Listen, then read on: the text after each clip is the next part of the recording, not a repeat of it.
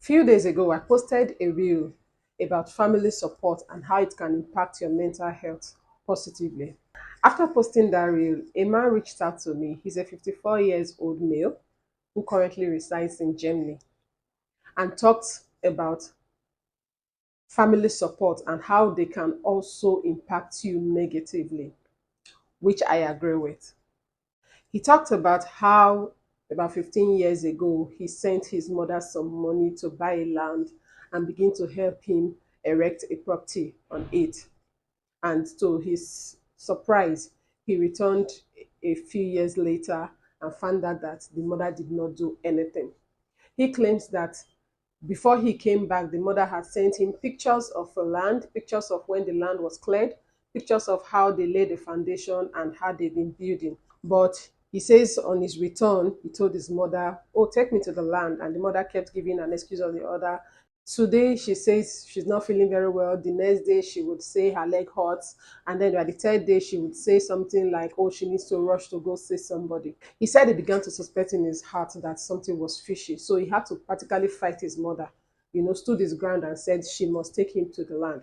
That was when the mother confessed to him that there was no land. She didn't buy a land at all. So the picture of the land, the picture of the foundation, and then the building that was sent were all fake. They were all other people's properties.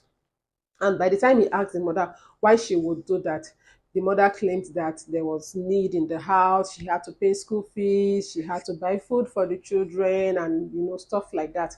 And he says that upset him very well because he knows that on a monthly basis he sends upkeep for the family, and the siblings reach out to him once in a while for school fees, and he sorts them out. So now, standing in front of his mother and hearing the story of how they used money that was meant to build a house for him to pay school fees and buy food for the house was very upsetting. He said after a few weeks he left the country, and since then he hasn't come back, and it's 14 years this year. I felt very sad for him. I could understand the pain and the disappointment he felt. He says by the time he returned to Germany, he began to have sleepless nights, nightmares. He began to have weeping spells that he couldn't explain. He began to have feelings of hopelessness and worthlessness. And by the time he went to the hospital, he got a diagnosis for depression. And he says in the past 14 years, he has been treating depression due to disappointments he got from family members. So when I heard his story, I could understand why my post about having a supportive family and how it can positively impact your mental health would upset him, because he did not have a supportive family. And of course, I know that not many people are lucky. There are functional families who are very, very supportive, and there are also dysfunctional families who can actually ruin your mental health. In this case, he falls into the category of somebody from a dysfunctional family. There are many reasons why a family can be dysfunctional. One of them is if one or both parents have a mental health condition. Of course, you cannot expect somebody struggling with a mental health condition to be as supportive as you will help them, because they too need support. Another reason that I've found in Nigeria, especially in the course of being a therapist and working with people, is polygamous family setting. There always seems to be this competition amongst polygamous family um, members where nobody really wants the other person to do better than them. They do not unite to, push one person forward to ensure that one person does better. Instead, they are self-serving. They just want to do everything by themselves for themselves. Such families would not really support you when you need it, and many other reasons. There are functional families and there are dysfunctional families. If you happen to be from a dysfunctional family and you notice that your mental health is being challenged, please reach out to a mental health professional or a healthcare provider. You can also comment on this post. You need family. By family, I mean you need support, whether it's from your blood relations, from friends, from associations, whatever it is.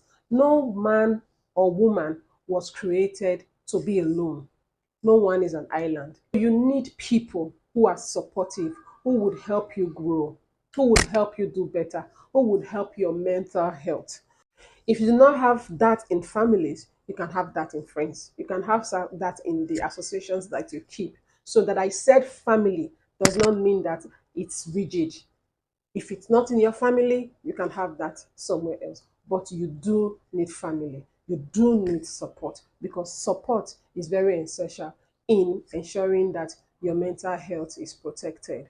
In my line of work, I've seen that people with mental health challenges who have support of family members do much better than people with mental health challenges who do not have the support of family members.